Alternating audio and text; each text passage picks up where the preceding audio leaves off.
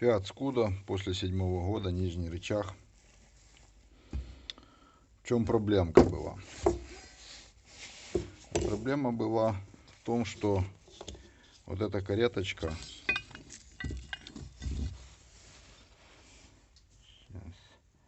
вот на этом рычаге, на месте соединения, вот здесь, она люфтила. Так вот, туда-сюда, туда-сюда, туда-сюда, туда-сюда. Ну, первое, что было,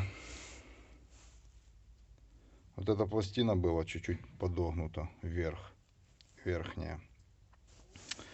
Ну и второй момент, вот такие втулочки тут стоят на всех рычагах, на любых, этой модели, других моделях, машинах, Мерсах, Мастерах, там, Фольцах и тому подобное. Вот такие разрезные втулки. На нижней втулке чуть-чуть эллипс. Как, чтобы не менять эту втулочку, как победить этот люфт? Мы ее чуть-чуть вытягиваем и разворачиваем на 90 градусов. И рабочая плоскость уже становится совсем другая, более плотная. Ну, соответственно, тут пальчик мы заменим, но даже на этом пальце, если забить, уже люфта нету. В той рабочей плоскости, которой он работает, эта кареточка. Вот в такой уже люфта нету. Ну, а здесь замена роликов. Все как всегда. Сейчас обточим по кругу. Вот эту развальцовочку засверлимся, выточим новые ролики, новые пальчики, развальцуем. Ну и новый палец сюда. Вот такой момент. Вот такие втулочки стоят. Я думаю, что они есть и так в продаже. Только надо найти их. Вот, сейчас постараюсь промерить внутренний диаметр и вам расскажу. Ну вот, вытянули эту втулочку. У нее еще толщина есть, все нормально. Она, наверное, с какой-то бронзовый графитный сплав, чтобы трение. Значит, под внутреннее отверстие такие втулочки, десятка внутренний диаметр. Вот. Ну а внешний, вот сейчас я вам промеряю. Так, выходит у нас 15 внешний и высота, ну, 6,2. Вот так вот. Я думаю, если там грязюка какая-то попалась, то может и шестерочка.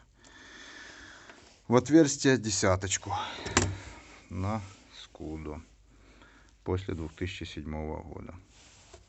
Так что вот так. Вот тут эллипс, мы ее просто развернем в другом положении на 90 градусов. И все, оно будет работать. Все. Ну и в конце покажу, как вышло это все дело. Ну вот, выточили ролики, пальчики. Перед тем, как забивать, забиваем 2 пальца. Вот этих смотрим, чтобы они были параллельные между собой в одной оси. Ну, тут один чуть-чуть, но когда прибьется, вон зазорчик здесь есть, ну, станет нормально. Вот. Обратите внимание, что когда надо прихватывать вот этот язычок к следующей пластине, если нету этих пластин, то надо, когда набивается вот этот центральный ролик, надо делать упор. Потому что было в моей практике, что их загибает. Так что лучше сразу прихватить. Ну вот, сварочка одна здесь, вторая здесь, чтобы эти пластиночки не разошлись. Ну и все. Сейчас будем ставить сам вот эту кареточку к этому рычагу через этот пальчик. Потом поставим маленькие ролики по бокам. И в конце сам центральный ролик с подшипничком. Сейчас установлю и покажу, как вышло. Ну вот что у нас вышло.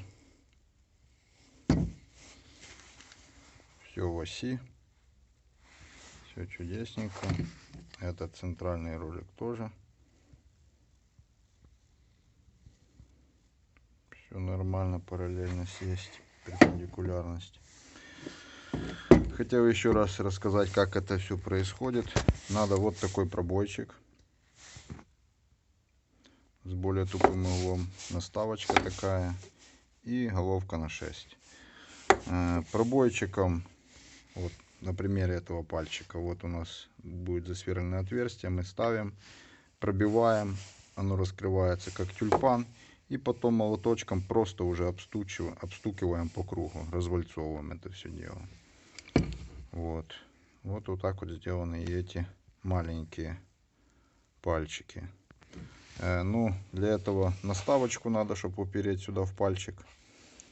Уперли, пробили раз пробойчиком, хорошим молоточком, оно его расклинило, и по кругу оббили, завальцевали это все дело. Ну а центральный ролик мы пробиваем вот этой наставочкой по центральной обойме. Когда оно сравнивается с пальчиком, берем головку на 6, выставляем и пробиваем его. И все, и подшипничек проседает под низ. И также потом вот этим пробойчиком по центру пробиваем, оно его расклинивает, и все. Вот такой вот рычаг вышел. Все.